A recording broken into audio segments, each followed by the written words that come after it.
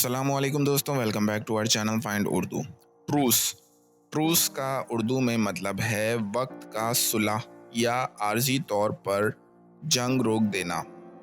ये लफ्ज़ उस वक्त इस्तेमाल होता है जब दो ग्रुप्स या मुल्क जंग या लड़ाई में हों, लेकिन कुछ वक्त के लिए अमन का फैसला करें। ट्रूस का मतलब हमेशा दायमी सुलह नहीं होता, बल्कि कुछ वक्त के लिए जंग को रोकना होता है। The two countries agreed to a truce to allow humanitarian aid. दो मुल्कों ने इंसानी मदद पहुंचाने के लिए एक आर्जी सुलह पर इत्तेफाक किया। तो दोस्तों, ये था लफ्ज़ ट्रूस का मतलब और इस्तेमाल। उम्मीद है अब आपको समझ में आ गया होगा। मिलते हैं नेक्स्ट वीडियो में। शुक्रिया।